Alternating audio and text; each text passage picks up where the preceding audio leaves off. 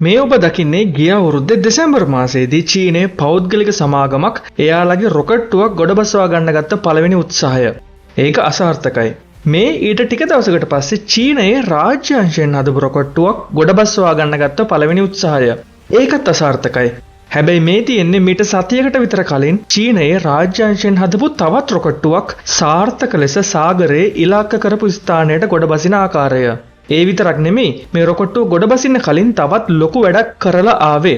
ඒක තමයි චීනය මේ දශකයේ අවසන් වෙන්න කලින් මිනිස්සු චන්ද්‍රයා බලා යවන්න හදන අභ්‍යවකාශ යානයේ abort system එකේ පරීක්ෂාවකට සම්බන්ධ වුණ එක.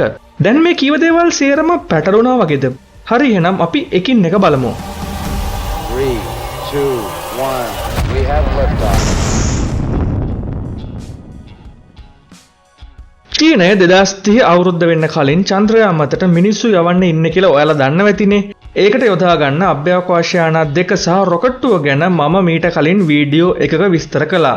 ඉතින් චීනය ගිය අවුරුද්දේ මේ මෙන්ෂු අභ්‍යවකාශ යානයේ abort system එකේ පරීක්ෂාවක් සිදු කළා මතකද? abort system එක කියන්නේ මිනිසුන් ඉන්න අභ්‍යවකාශ යානයක් දියත් කරන වෙලාවේ රොකට්ටුවේ ගැටලුවක් මතු වුණොත් අභ්‍යවකාශ යානය ඉක්මනින්ම රොකට්ටුවෙන් වෙන් කරන්න භාවිතා කරන පද්ධතිය. ගගනගාමීන්ගේ ආරක්ෂාවට මේක ඉතාමත් වැදගත්. සාමාන්‍යයෙන් අභ්‍යවකාශ යානයක ගගනගාමීන් ගමන් කරන්න කලින් මේ abort system එකේ ප්‍රධාන පරීක්ෂාවන් දෙකක් සිදු කරනවා. එකක් තමයි pad abort test එක. මේකෙදි කරන්නේ රොකට්ටුව දියත් කරන්න කලින් දියත් පුවරුවේ තියෙද්දි මොකක් හරි ගැටලුවක් ආවොත් abort system එකේ rocket engine ක්‍රියාත්මක කරලා යානය රොකට්ටුවෙන් ඉවතට ගෙන යන එක පරීක්ෂා කිරීම. මෙන්ෂු යානයේ pad abort test එක සිදු කළේ ගිය අවුරුද්දේ ජූනි මාසයේදී. ඉතින් ඊට පස්සේ මේ අවුරුද්දේ පෙබරවාරි 11 වෙනිදා චීනය abort system එකේ අනිත් ප්‍රධාන පරීක්ෂාව ඒ කියන්නේ in-flight abort test එක සිදු කළා. මේකෙදි කරන්නේ රොකට්ටුවක් මගින් අභ්‍යවකාශ යානයේ දියත් කරලා ඉහළ අහසේදී abort system එක ක්‍රියාත්මක කරන එක. මේක සාමාන්‍යයෙන් කරන්නේ වායුගෝලයෙන් යානය මත උපරිම වායුගතික බලයක් ක්‍රියා කරන වෙලාවට. මේකට සාමාන්‍යයෙන් කියන්නේ maximum dynamic pressure එහෙමත් නැත්නම් max q කියලා. මේ වෙලාවේදී උපරිම වායුගතික බලයක් ක්‍රියා කරන නිසා යානයට රොකට්ටුවෙන් වෙන් වෙලා ඈතට යන්න අමාරුම මොහොත වෙන්නේ මේක. ඒකයි in-flight abort test එක ගොඩක් වෙලාවට max q එකේදී කරන්නේ. ඉතින් මෙන්ෂු අභ්‍යවකාශ යානයේ abort system එක නැවත වරක් සාර්ථකව ක්‍රියා කළා. යානය රොකට්ටුවෙන් ඉවතට ඇදී යන ආකාරය අපිට හොඳින් දැක ගන්න පුළුවන්. ඉතින් ඊට පස්සේ යානයේ ඒකේ පැරෂුට් විවෘත කරලා දකුණු චීන මුහුදට ගොඩ බැස්සා. යානයේ වැඩ ඉවරයි. හැබැයි රොකට්ටුවට තව වැඩ තියෙනවා. මේ පරීක්ෂණ මෙහෙයුමට යොදාගත්තේ චීනය අනාගතයේදී මිනිසුන්ව හඳට යවන මෙහෙයුම් වල යොදා ගන්න බලාපොරොත්තු වෙන Long March 10 රොකට්ටුවේ මූලාකෘතියක්. Long March 10 රොකට්ටුවේ පළමු අදියරේ තියෙන්නේ YF-100K රොකට් එන්ජින් 7ක්. මේකේ තිබුණේ 5යි. හැබැයි අනිත් එන්ජින් දෙක සවි කරන ස්ථානවල එන්ජින් දෙකක ආකෘති සවි කරලා තිබුණා. මේ මූලාකෘතිය විශ්කම්භය Long March 10 රොකට්ටුවේ වගේම මීටර් 5ම තමයි. නමුත් උස අඩුයි. ඉතින් යානය ඒකේ launch abort system එක ක්‍රියාත්මක කරලා වෙන් වෙලා ගියාට පස්සේ රොකට්ටුව තව ටික වෙලාවක් ඒකේ රොකට් එන්ජින් ක්‍රියාත්මක කරගෙන ඉහළට ගියා. ඊට පස්සේ ඒක ආපහු පහළට එද්දී වේගය අඩු කරගන්න entry burn එකක් සිදු කරන්න රොකට් එන්ජින් නැවත ක්‍රියාත්මක කළා. ඒ වගේම මේ රොකට්ටුව වායුගෝලය හරහා පහළට එද්දී ඒක පාලනය කරන්න grid fins යොදා ගන්න ආකාරයත් අපිට පෙනෙනවා. ඉතින් මේ විදිහට පහළට ඇවිත් ඊළඟට කරන්න තියෙන්නේ රොකට් එන්ජින් නැවත වරක් ක්‍රියාත්මක කරලා landing burn එක සිදු කරන එක. Long March 10 රොකට්ටුවේ පළමු අදියර ගොඩබසින්න බලාපොරොත්තු වෙන්නේ කේබල් මගින් අල්ලගන්න පද්ධතියක් තියෙන නෞකාවකට. මේක Starship රොකට්ටුවේ පළමු අදියර ගොඩබහිද්දී අල්ලගන්න රොබෝවත් දෙක වගේම දෙයක්. හැබැයි ඊට වඩා ටිකක් වෙනස්. මේකෙදි වෙන්නේ රොකට්ටුවේ පළමු අදියර පැමිණෙන ස්ථානයට ගැලපෙන විදියට මේ නෞකාවේ තියෙන කේබල් ටික ස්ථානගත වෙනවා. එතකොට පළමු අදියර වටේට තියෙන කොකු හතරේ මේ කේබල් පැටලෙනවා. ඒ කියන්නේ කේබල් වලින් පළමු අදියර අල්ල ගන්නවා වගේ වැඩක් වෙන්නේ. ඉතින් මේ මෙන්ෂු යානයේ in-flight abort test එක කරද්දී රොකට්ටුවේ පළමු අදියර ගොඩබසින්න බලාපොරොත්තු වුණේ සාගරයේ ඉලක්ක කරපු ස්ථානයකට. හැබැයි අනාගතයේදී නෞකාවේ කේබල් මගින් මේක අල්ලගන්න ක්‍රියාවලියේ පෙරහුරුවක් විදියට මේ කේබල් පද්ධතිය තියෙන නෞකාවත් ඒ අසලටම ඇවිත් තිබුණා. හැබැයි මේ පළවෙනි උත්සාහයේදී රොකට්ටුව නෞකාවට ගොඩබසවන්න උත්සාහ කළේ නැහැ. ඉතින් චීනය මේ විදියට චන්ද්‍රයා බලා මිනිසුන් යවන ඉලක්කයට දවසින් දවස ආසන්න වෙද්දී අපිට ගිය අවුරුද්දේ දෙසැම්බර් මාසයේදී ආපු තවත් රොකට් දෙකක් ගැන කතා කරන්න තියෙනවා. පළවෙනි එක තමයි දෙසැම්බර් 3 වෙනිදා දියත් කරපු චීනයේ ලෑන්ඩ් ස්පේස් සමාගමේ ZQ-3 රොකට්ටුව.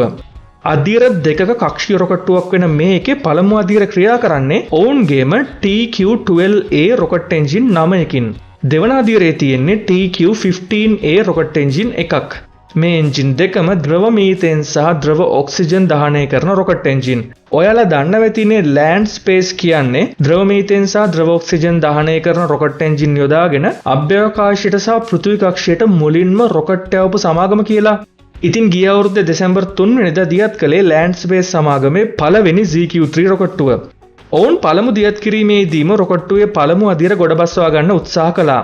අදියර දෙක වෙන් කිරීමෙන් පස්සේ දෙවන අදියර ඒකේ රොකට් එන්ජිම ක්‍රියාත්මක කරගෙන කක්ෂය බලා ගමන් කරද්දී පළමු අදියර ඒකේ ග්‍රිඩ් ෆින්ස් විවෘත කළා. ඊට පස්සේ වායුගෝලයට ඇතුළු වීමට පෙර ඒකේ වේගය අඩු කරගන්න එන්ට්‍රි බර්න් එකක් සිදු කරන ආකාරය අපිට පැහැදිලිව දැක ගන්න පුළුවන්. කොහොම නමුත් මේ හැමදේම සාර්ථකව සිදු කරලා අවසන් මොහොතේදී ලෑන්ඩින් බර්න් එකට රොකට් එන්ජින් ක්‍රියාත්මක කරද්දී මොකක් හරි ගැටලුවක් නිසා පළමු අදියර ගිනි ගන්නවා. ඊට පස්සේ ඒක ගොඩබසින්න ඉලක්ක කරපු ස්ථානෙටම වගේ කඩාගෙන වැටෙනවා. පළමු අදියර විනාශ වුණත් රොකට්ටුවේ දෙවන අදියර සාර්ථකව බලාපොරොත්තු වන කක්ෂයටම ගමන් කරනවා. පළමු අදියර පළවෙනි මෙහෙයුමේදීම මේ තරම් දුරක් ආපු එක ලොකු ජයග්‍රහණයක්. සමහර විට තවත් මාස කිහිපයකින් දියත් කරන දෙවෙනි ZQ-3 රොකට්ටුවේ පළමු අදියර සාර්ථකව ගොඩ බහින්න බැරි නෑ. චීනයේ පෞද්ගලික අංශයේ රොකට්ටුවක පළමු අදියරක් ගොඩ බසවා ගන්න ඒ විදියට උත්සාහ කරද්දී චීනයේ රාජ්‍ය අංශයත් නිකන් හිටියේ නෑ. දෙසැම්බර් 23 වෙනිදා ලොං මාර්ච් 12A රොකට්ටුවේ මංගල දියත් කිරීම සිදු කරනවා. මේ රොකට්ටුවේ පළමු අදියරේ තියෙන්නේ ද්‍රව මීතේන් සහ ද්‍රව ඔක්සිජන් දහනය කරන රොකට් එන්ජින් 7ක්. JZYJ සමාගමෙන් නිෂ්පාදනය කරන මේ ලොං යුම් රොකට් එන්ජිමේ විශේෂත්වය වෙන්නේ මේක තමයි මම දන්න විදියට චීනයේ රාජ්‍ය අංශීය රොකට්ටුවක භාවිතා කරන චීනයේ පෞද්ගලික අංශයෙන් නිෂ්පාදනය කරන පළවෙනි සහ එකම රොකට් එන්ජිම. අනිත් හැම ලොං මාර්ච් රොකට්ටුවෙම භාවිතා කරන්නේ චීනයේ රාජ්‍ය අංශයෙන් නිෂ්පාදනය කරන රොකට් එන්ජින් පමණයි. ලොං මාර්ච් 12A රොකට්ටුවේ මංගල දියත් කිරීම ZQ-3 රොකට්ටුවේ මංගල දියත් කිරීම වගේම තමයි. ඒ කියන්නේ දෙවන අදියර සාර්ථකව පෘථිවි කක්ෂයට ගමන් කළා. පළවෙනි අදියර එන්ට්‍රි බර්න් එක සාර්ථකව සිදු කළත් ගොඩ බැසීමේ අවසන් මොහොතේදී ගැටලුවක් මතුවෙලා කඩාගෙන වැටුණා. කොහොම නමුත් දෙවෙනි ලොං මාර්ච් 12A රොකට්ටුවේ පළමු අදියර සාර්ථකව ගොඩ බහින්න ලොකු හැකියාවක් තියෙනවා. ZQ-3 රොකට්ටුවේ පළමු අදියර සහ ලොං මාර්ච් 12A රොකට්ටුවේ පළමු අදියර ගොඩ බහින්නේ ෆැල්කන් 9 රොකට්ටුවේ පළමු අදියර ගොඩ බහිනවා වගේම ලෑන්ඩින් ලෙග්ස් භාවිතා කරලා. ලොං මාර්ච් 10 රොකට්ටුවේ පළමු අදියර තමයි කලින් විස්තර කළා වගේ නෞකාවක තියෙන කේබල් පද්ධතියකින් අල්ලගන්නේ. ඉතින් මේ රොකට් තුන විතරද චීනය නුදුරු අනාගතයේදී භාවිතා කරන්න බලාපොරොත්තු වෙන නැවත භාවිතා කරන රොකට් වෙන්නේ? නෑ.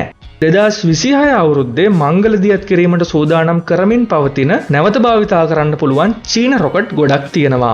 ඒව තමයි චීනයේ රාජ්‍ය අංශයේ ලොං මාර්ච් 12B රොකට්ටුව, චීනයේ ස්පේස් පයනියර් සමාගමේ ටියැන්ලොං 3 රොකට්ටුව, iSpace සමාගමේ හයිපර්බෝලා 3 රොකට්ටුව, කැස්පේස් සමාගමේ කිනෙටිකා 2 රොකට්ටුව, ගැලැක්ටික් එනර්ජි සමාගමේ පැලස් 1 රොකට්ටුව, ඩීප් බ්ලූ එරෝස්පේස් සමාගමේ නෙබියුලා 1 රොකට්ටුව.